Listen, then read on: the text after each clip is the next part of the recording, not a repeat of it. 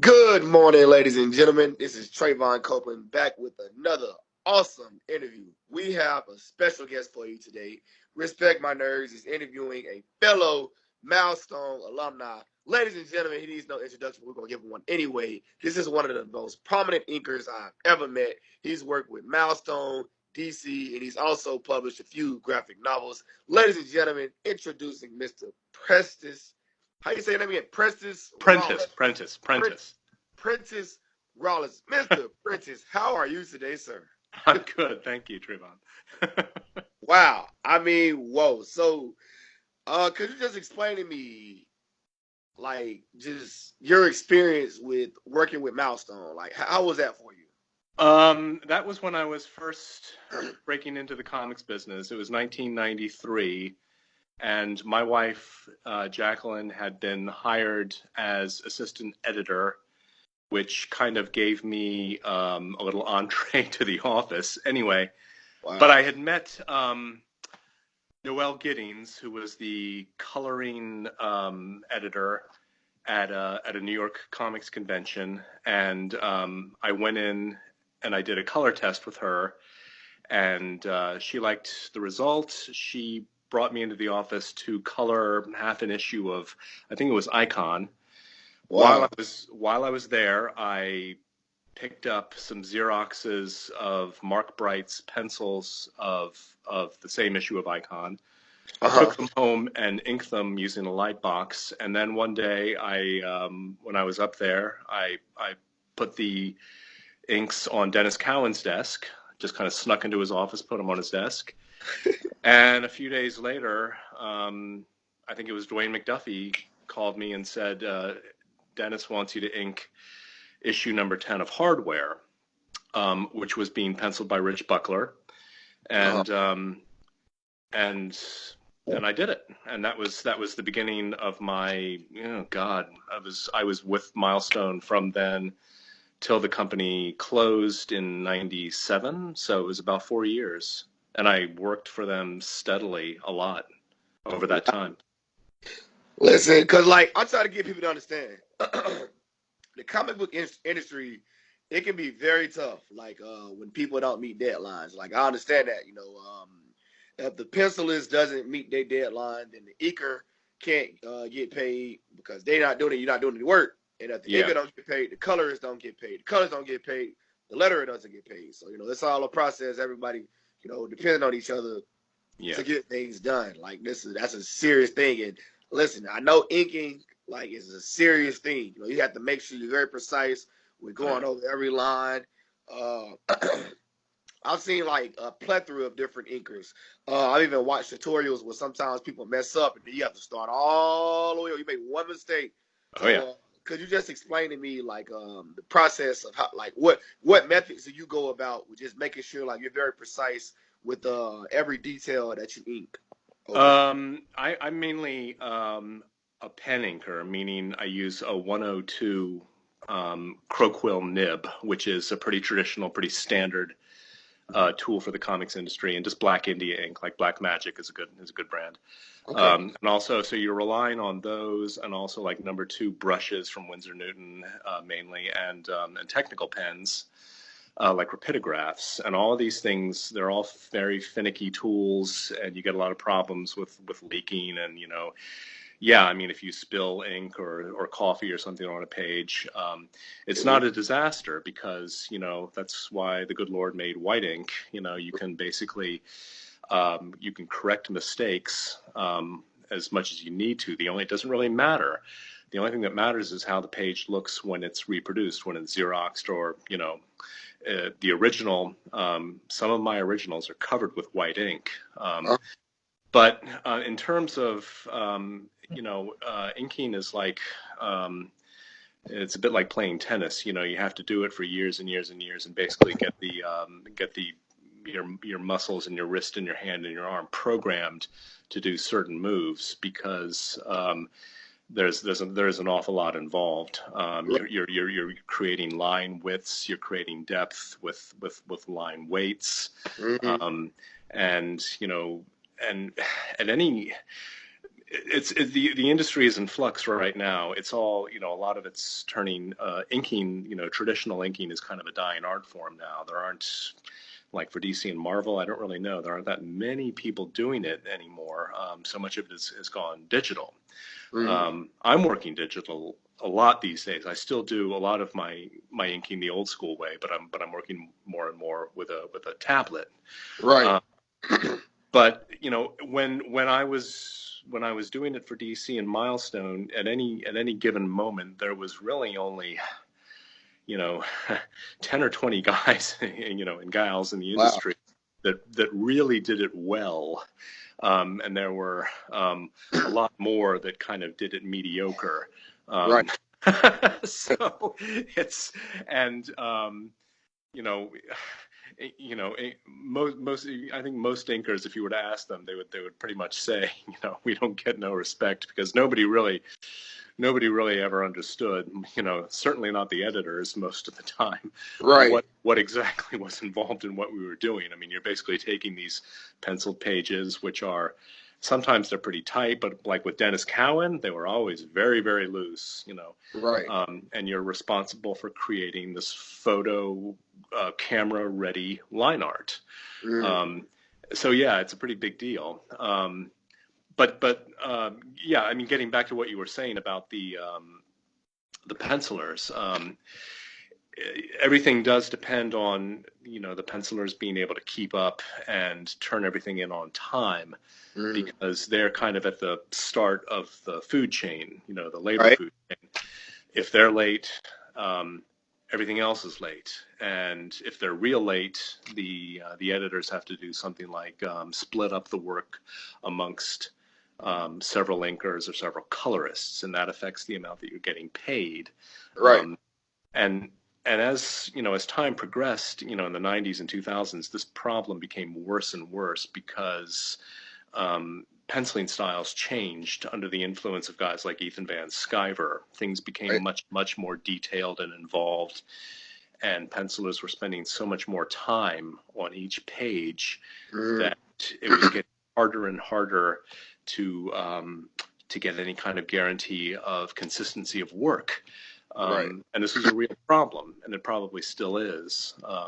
Yeah. So question. Okay, it's interesting. So my next question is, like, how long does the average, like, okay, within a month, like time span, like, how long does the process take for the pencilist to draw up, like 26 pages?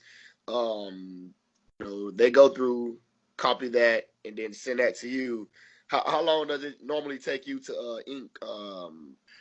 Back in the Milestone days in the 90s, there were days where I would ink 3 or 5 pages. Two a day was more typical. But if I was under some real deadline pressure, I could crank out 4 or 5 a day. Back in those days, that was before we had kids. I could sit there and work 15 hours a day. Can't do that now. But but back in those days, that was before the styles had become so crazy detailed and involved. It was much more kind of sort of meat and potatoes, traditional comics art, like like Mark Bright and Ron Lim. And John Buscema. The styles were, it was much more, just about story and composition. It wasn't so much about detail and flash and special effects. So you could do a lot more back in those days, because there wasn't as much detail and work per page. But again, that's kind of changed. And the rates at which you were paid were kind of predicated on that.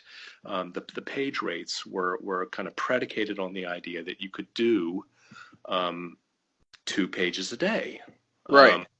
But if you're inking something like Ethan Van Sciver, forget it. You can't do 2 pages a day. You can do maybe 1 page every 2 days.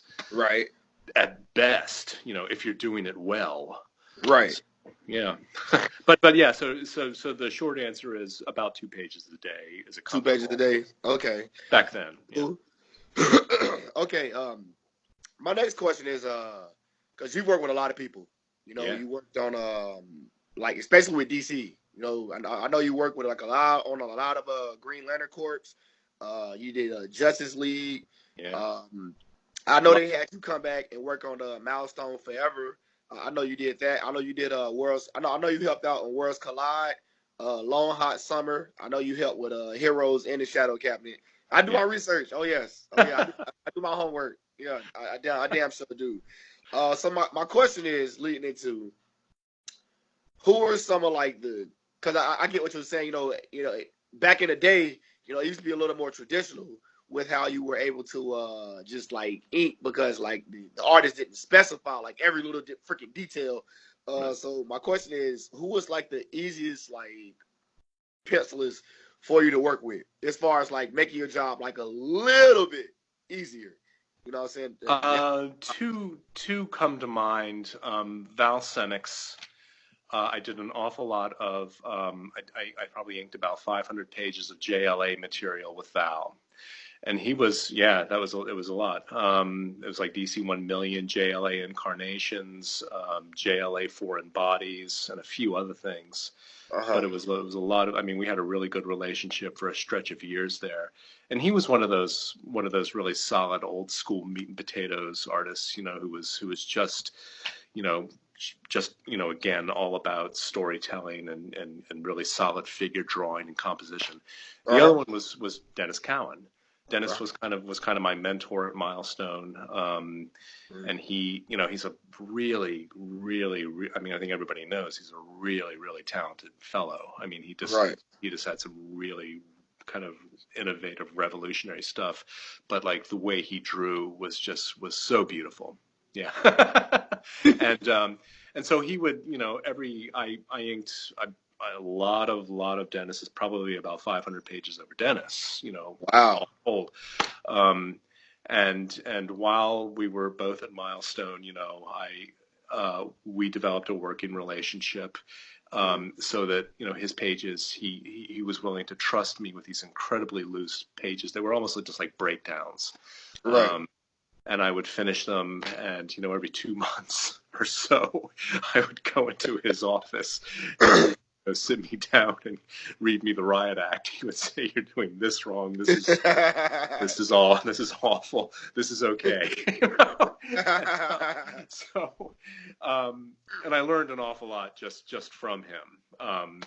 And I absorbed some of the way he draws into my style, so that to this day there are elements of the way that I work that look like Denys.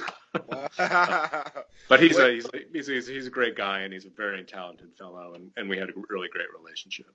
Wow. Could you explain what it was like working with Dwayne McDuffie? Because like I love Denys.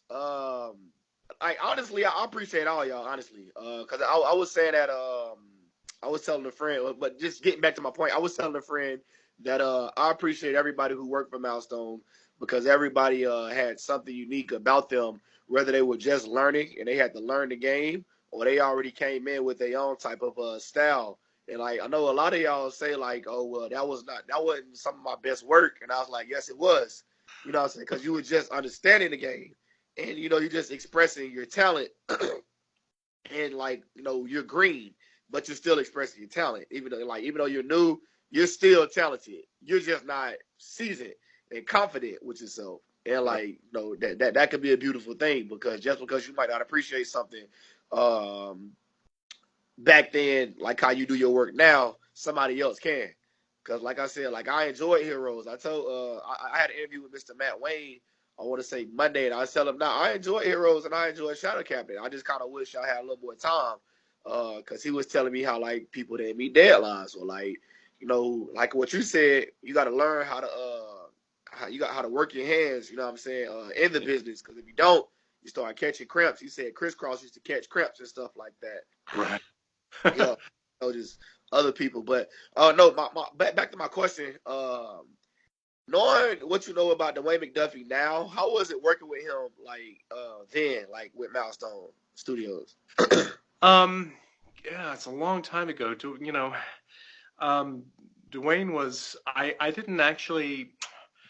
I interacted with Dwayne socially. I mean, working with it was sort of like a family. It really was. I mean, a semi-dysfunctional family, but we were together, so much of the time, and it was a great time in comics. It was in New York.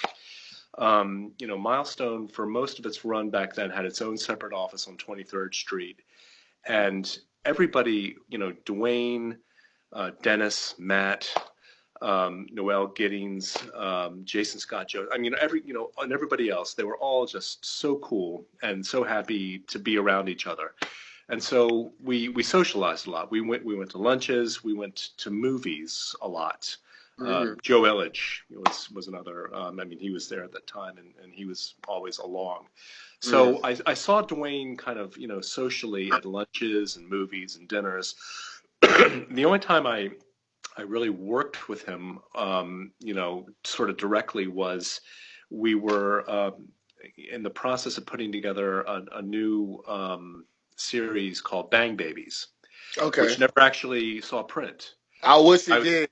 That was towards the end of Milestone, when the industry had kind of gone into recession around 1995. Yeah. And so, paper prices went up and sales went down, and, it was kind of like circle the wagons mode. Everybody was, the mood kind of changed. Right. And that was right around the time that Bang Babies was ramping up. And I was very excited about it because I was, I'd been bought on as the penciler. Right. But by the time, we got the first issue in the can, I think it was canceled just because sales were so low, and the relationship with DC Comics was becoming strained. But while I was working on that with Dwayne, we worked together, and he guided me through character designs, and he was great. I mean, he was just just very, really thoughtful. He had a lot of great ideas. He was very, sensitive to how I felt about things. And he was, anybody will tell you, he was a font of wisdom. I mean, for a man as young as he was, I think at the time he was 34, 35, he just knew so much about writing and storytelling and art. And, he was kind of the backbone of Milestone. He kept everything together. And as things went south, as the money situation got worse, and the recession in the comics industry got worse, his mood got worse, and so he wasn't. It was same person. Well, I mean, he was and he wasn't. It was just kind of a hard thing to watch. He just wasn't. He wasn't happy the way he was in those early days. And at a certain point, Dennis left. And that didn't help Dwayne's mood, I guess. I never had any much insight into their relationship. I know that they were obviously close friends and worked together well. But I think Dwayne was probably feeling more and more sort of beleaguered and a little bit isolated, maybe. So it was kind of hard to communicate with him towards the end, and I didn't really try that much. I was mainly dealing in the last year, definitely. I was dealing mainly with this, like, Joe Illidge, who was my editor on Hardware. Yeah, but Dwayne was a great guy, and it was a horrible, horrible loss that he died as young as he did. That was a terrible thing. Yeah, dude. Cause like I said, like, man, when I get to talking to all y'all, I have to ask certain questions about Dwayne McDuffie, but I really want to focus on y'all. Cause, like, listen, I understand. Like, you talking to somebody who lost a football scholarship due to injuries. Coming out of high school, I was getting ready to go to a few colleges I had in mind, but I got a concussion, and that was about it. Like, wow. But yeah, I used to draw comics to keep me out of trouble when I was in middle school, and when I got, like, after all that happened, I took it a step further. I started drawing. Then I used to get, like, a flashlight and put it under like a glass. We had this glass table in my living room. I used to wait till nighttime. I used to put the flashlight under. I used to put the paper over, and I used to ink or just like go back over it with the pen. That's a homemade light box, basically. Yeah. This is 2012. Like, I used to go back over the comic that I used to draw. I used to draw like little short sketches, like these little funny like things like me and my friends used to do. I used to just like draw that and write about it and used to work on comics back when I was in high school, dude. So like I know how stressful that can be. Just you gotta it's a lot of discipline when you inking. When you inking, when you're writing, or when you especially when you're drawing. It's a lot of patience. A lot of Yeah. patience. It's Oh yeah. very time consuming. So Oh like yeah. I understand. Labor intensive. um, who is one of the most like from like because I'm pretty sure you did them all. I'm not sure if you did Blood Syndicate. Like I didn't see your name on any I did Blood. some coloring on Blood Syndicate. I don't think I did any inking, but I think I inked virtually everything else at one time or another. Right. Yeah. I'm pretty sure you did. I see your name on everything, Yeah. like everything. But my question is I guess I could say I don't want to say like who is the easiest to ink because they all like take time, but like who did you enjoy inking like the most? Like from Icon, Static, Heroes, Shadow Cabinet, Hardware. Like who did you enjoy inking the most? Um, Dennis, Mark Bright. Mark Bright's again one of those old school pencilers who kind of in the same I guess school of people as like Val Semix and Ron Lim. Right, Just a really clean, beautiful style. right. Um, I guess let me think. Umberto Ramos, Okay, he took over hardware after Dennis stopped penciling it. Umberto took it in a totally different direction. He had a much more sort of a little cartoony manga style, of course, but right. he was a really fun guy to ink. I mean, um, yeah, those three come to mind in terms of favorites that really stand out. Okay, okay. Um, my next question. My next question comes to like I guess you could say as far as like because you're kind of a renaissance man. You got to do it all. My question is, what would you prefer to do? Because I know you said your first gig was being a colorist, and you just decided like, hey, you know what, I'm gonna ink something. What would you decide to do? Would you rather decide like if you could just like just pick one out of the four that you know how to do, um, or the three that you know how to do? Pencilist, would you rather draw? Would you rather color? Or would you rather ink? Which If you're talking about working for the mainstream comics industry, like established characters like Superman, the Flash, etc., probably inking.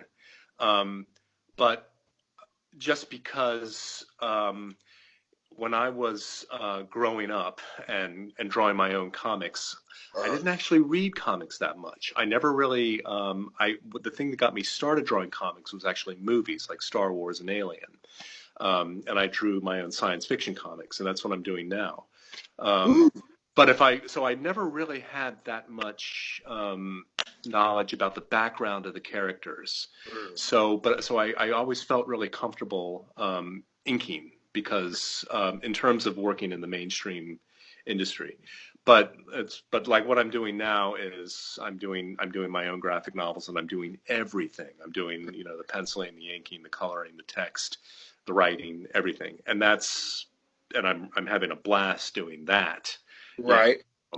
But yeah, I mean, when I started drawing comics as a kid, I did everything. I penciled, I inked, I colored, and so I developed kind of all those skills to a certain extent. And when I started working, in the mainstream business in the '90s, I didn't have any preconceptions about one stage of the process being more important than the other. Uh, Right. so I think they're all a comic book can be wrecked at any point in the production process. It can be wrecked by the lettering, the coloring, the inking, the penciling, the writing. They're all very important stages. So Mm. I I I don't mind saying that I love Yeah. inking. The I inker. think yeah. That's understandable. Yeah, because like I talked to plenty of writers, and I talked to like a lot of different people. I don't know if you know who Frank Pataris is. He was the editor for Yeah, Steel and I worked with him a little bit in the early 2000s. I don't remember exactly what the project was, but yeah, I know Frank. he's DC too. Cause like listen, that was a very interesting dude to talk to, man. Like he's very just informative.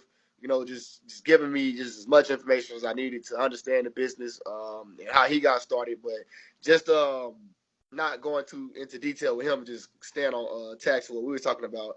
No, with just like what you said, a comic could just drop just like that, just one person make a mistake. So Yeah, crash it's and a lot burn. of pressure on the editor. But now my next question is: you say you're a sci-fi man. Listen, don't say stuff like that because I'm a sci-fi man. You know what I'm saying? I ain't enjoyed the old Star Trek when I was a kid as much as I do now because I get it Yeah, now. same Yo, here. Kong, Kong is unreal. Like people are like, oh, we like Kong in the new Star Trek movies with my guy. But I'm like, no, no, no, no. You got to watch the old Kong. That's the real villain. That's the real. You know what I'm saying? you Yeah, know a I movie I hear you. wish. You know a movie I wish they would have did a part two of Blade Runner with Harrison Ford. Well, did you see 2049? It was okay. Like it wasn't the same movie. I'm sorry.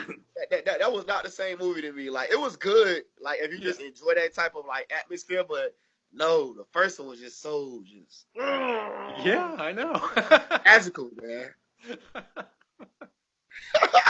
no, so anyway, yeah, okay. I see you wrote a graphic novel, How to Draw Sci-Fi Utopias and That was Dystopias. that's not actually a graphic novel. That book was a lot of fun. That was from Monticelli Press in 2016, and Okay. yeah, that was just sort of my how to my take, my personal philosophy of drawing science fiction. Uh Um, yeah, that book was a lot of fun to make, and Leave it. it's been pretty well received. Yeah, I'm gonna check it um, out. what's that? I said I'm gonna check it out. Okay, yeah. And then last year, last July, that was when The Furnace came out. That was my graphic novel from Tor Books. And that was a long time in the making. That was several years in the making. And that was written, drawn, lettered, colored, the whole works by me. And it was also very well reviewed, and so very pleased about that. And I'm working on a follow up right now about, yeah, there you Yeah. go. I'm about 2/3 the way done with the art for another graphic novel, and I'm also doing the art for the volume 3 of the Jekyll Island Chronicles, which is a science fiction series Mm. of graphic novels from Top Shelf. So those two things are keeping me pretty busy right now. But interestingly is all the artwork on Jekyll Island Chronicles is being done digitally. I'm doing it entirely with a tablet, which is a kind of a first for me. Um, it's got its advantages and disadvantages. The advantages are you don't have to worry about spilling coffee on your pages. You Yeah. don't have to worry about cleaning out your technical pens, Yeah. things like that. You can email files instantaneously to the writers and editors. The disadvantages, the main disadvantage is you don't have any original art. At the end of the Right. process, you don't have that beautiful original page, Right. which you can give away as a Christmas gift. You can sell it. You can just hang on to it for sentimental purposes. I like original art. So, I hear you, man. yeah. It means something. It means something.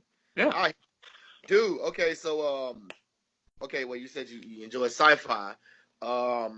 Dang, I really wish I could have got a hold of this before we did this interview. I'd have had more questions about it. Um could you explain to us a little bit what the furnace is about?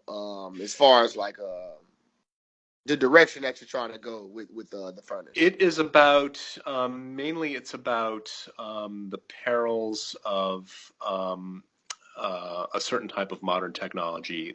In the story is about a young physicist who is recruited to help construct a new type of drone or that will basically what happens is it takes place in about 2030. And right now in this country, we have a tremendous number of prisoners being held in solitary confinement in supermax prisons, and it's a big problem. And what happens is all of those prisoners are released back into society, but each one of them is accompanied by a drone, which follows them and renders them invisible and inaudible, so that they cannot interact with or be seen by people at large. And which, this kind of sounds like a good idea. It sounds like a more humane solution than keeping people in solitary confinement for years and years and years. Right. But it turns out it isn't.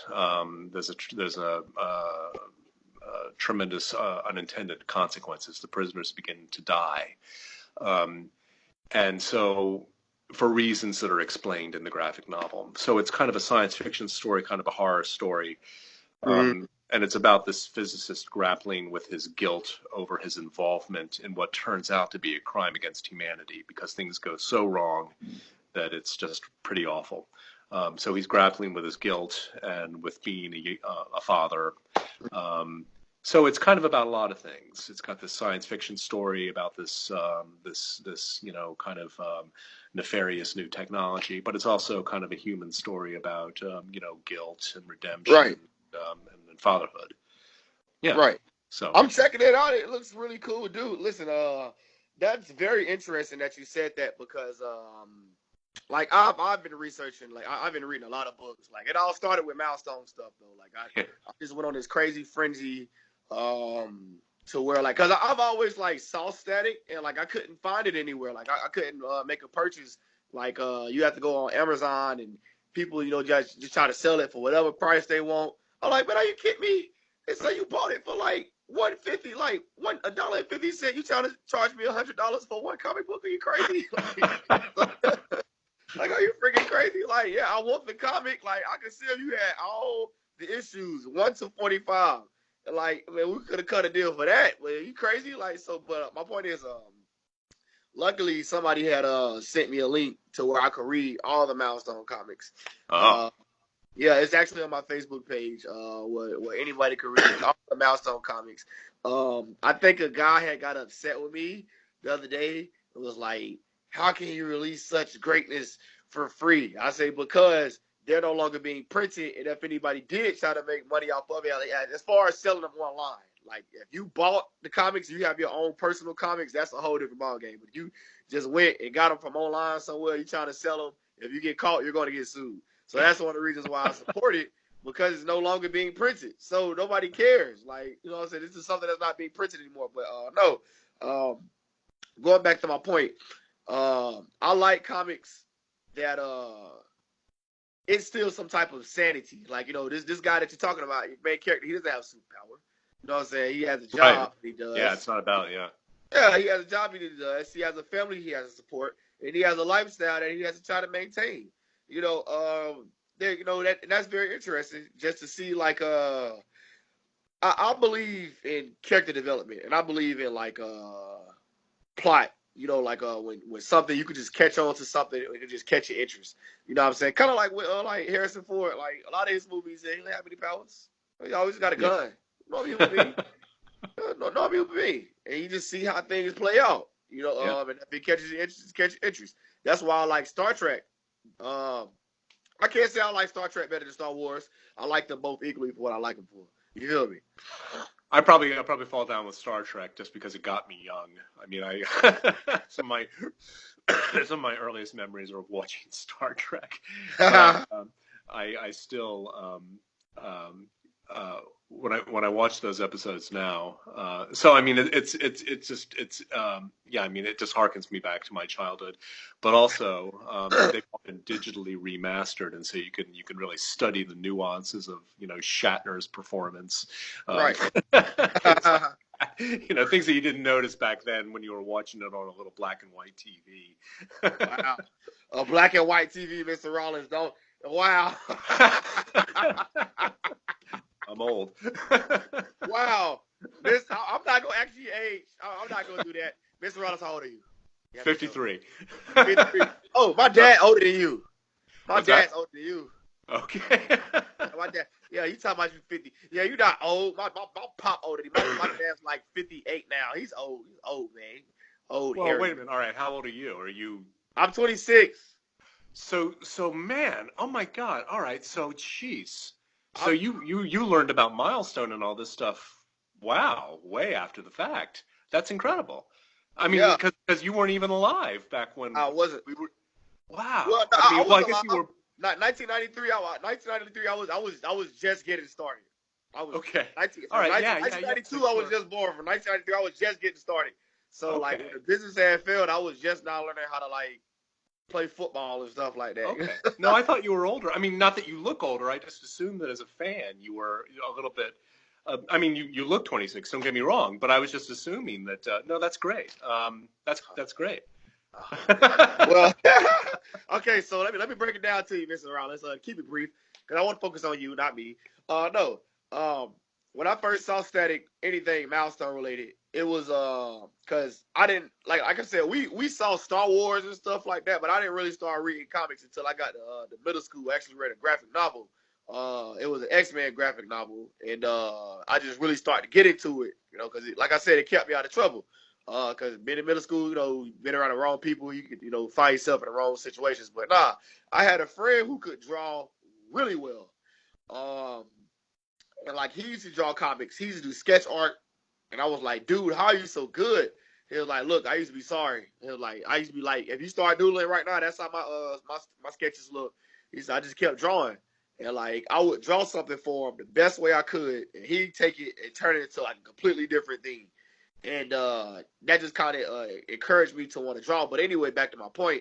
Um, I saw Static Shock the cartoon, Right. and then when I got in high school, I was just looking up Static Shock sketch art, and then I saw the original Static, like Yeah. and I was like, wow, what's this? And I just started because I knew who Dwayne Duffy was, and I just started doing more research in it, doing more research, and I was like, whoa. And I started all the milestone stuff, but like I said, I could never get a copy of the comics until like last year. Right. Yeah, no, I love y'all work. Oh, okay, so that's my next question. At that time period, how do you feel about Milestone coming out with the diversity in comics? You know, as far as not just having black lead superheroes, but you know, like we had Zombie, you know, Shadow Cabinet. You know what I'm saying? Like you have a handful of different leads, not Right. just male leads, but female leads as well. So just how do you feel about how Milestone changed the game with the comic world with just the diversity? You know what I'm I saying? I think that at the time that happened, the comics business was due for it, and it was pretty revolutionary stuff at the time. When Milestone first appeared, you know, with all those, you know, I mean, you got Blood Syndicate, which is um, it's a superhero team, but they're gang members, you know, Right. and they're all ethnic. Um, and Icon, which is, you know, and you know, he's essentially Superman. It's the same sort of backstory, but Right. he's black. I mean, Technically speaking, he's an alien. Technically speaking, he's an alien disguised as a black yeah, person. yeah. And it's and so many and you know, Static is, you know, he's black and he's poor and he's, you know, from the ghetto and but he's a superhero. So this was all pretty fresh new stuff, and the company was perceived as, you know, being kind of dangerous and kind of edgy and you know, everybody was just kind of like, wow, you know, I mean they um, but they certainly didn't have any, and you know, and the four founders, you know, Dwayne, Dennis, Derek Dingle, and Michael Davis, you know, they were all black, Right. but they you know, obviously they didn't have any issues about working with or hiring white guys. You know, there was me and Mike Gustovich, Matty Blaustein, who at that time was Adam Blaustein, was brought in as production chief at one point. Great guy. You met him? What's that? Yeah, Matt Wayne. I interviewed. And there was obviously also Matt Wayne. So nobody there was within the office within the company there wasn't a hint of racism or prejudice or anything. Mm-hmm. It's just they were trying to explore and pioneer within this kind of uncharted territory mm-hmm. that was begging to be explored. Right.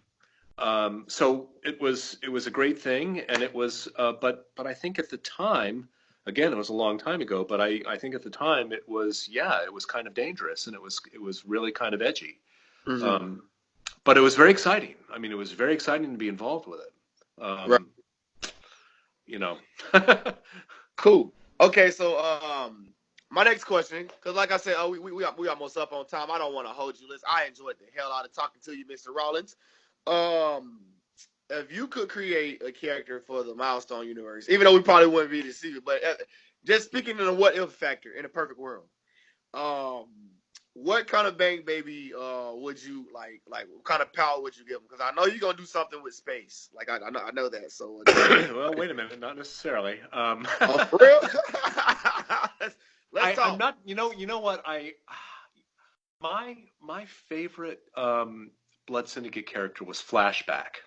Okay, do you remember Flashback? Yes, I know Flashback. I think that was the coolest power, and I think that if I could, give myself a superpower, it would be something like that. It would be the ability. If I remember right, Flashback was able to make herself, she would say flashback, and she would go back in time. I think it was only like 3 seconds. Yeah, only 3 seconds. Which is barely enough time to do anything. I would make it more like 15 or 30 seconds. Okay. Yeah. So I don't know if invent a character right off the top of my head. I don't know, but in terms of like exploring a character and sort of fleshing one out and giving her her own story, it would be Flashback, because that's a really interesting power. Because if you think about the way everybody else around you perceives that, what all they see is a person with sort of limited prescience. They see a person who can just sort of tell the future. But from Flashback's point of view, she's literally going back in time.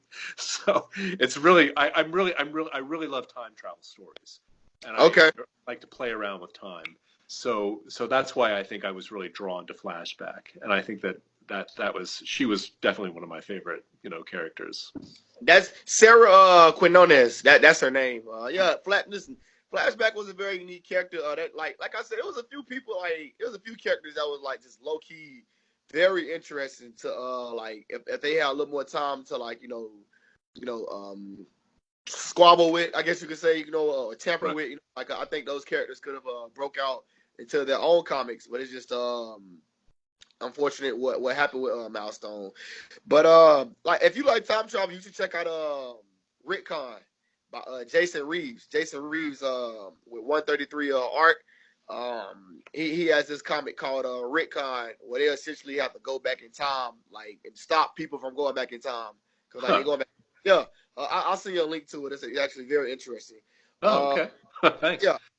Mr. Rollins, listen, you've been fantastic. God, do I have any more questions for you? Like, I don't know. I don't have any more questions for you, Mr. Rollins. Like, that's okay. When is book two? When is book 2 of the Furnace coming out? I guess I can say that. That was a one-off. That was a one and done. That's the thing I'm working on right now. It's not a sequel. It's a completely another self-contained graphic novel that's got a time travel component, but it's also science fiction. That I'm planning to be done with it Christmas of 2020 about. Yeah, because it's a lot of work. It's about 200 pages. I'm doing all the artwork, and I'm doing it old school on paper. So something to look at. Colored digitally, but like the Furnace was also done on paper, but colored digitally. Okay, so. Listen, Mr. Rollins, you're an amazing person. You have an amazing portfolio. Resume. I appreciate the hell out of you giving little Trayvon Copeland and Respect My Nerds your time, sir. We enjoyed the hell out of you. Thank you for all of the insight from Mouse, all the different work that you got to do. Shouts out to Dwayne McDuffie. Shouts out to Denys Cowan. Shouts out to Milestone Comics. Shouts out to Mr. Rollins. This is Trayvon Copeland, interview 9. I bring you Respect My Nerds. Mr. Rollins, you have a phenomenal day, okay? You too. Thank you. Thank you. Take care.